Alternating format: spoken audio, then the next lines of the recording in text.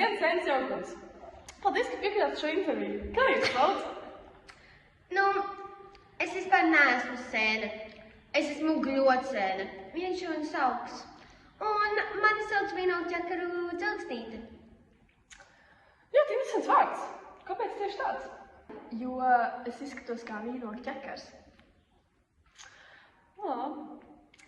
Ja nav noslēpums, tad kur jūs dzīvojat?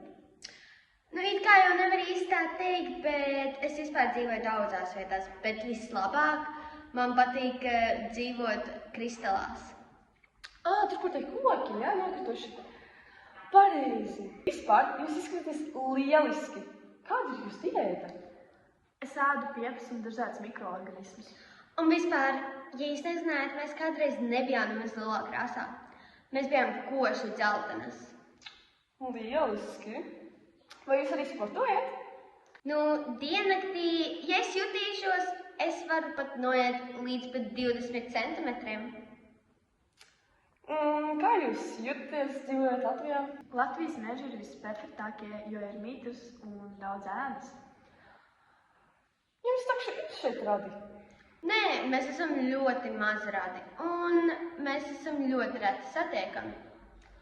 Jūs teicāt, ka jums patīk mitrums, bet kā ar sausums?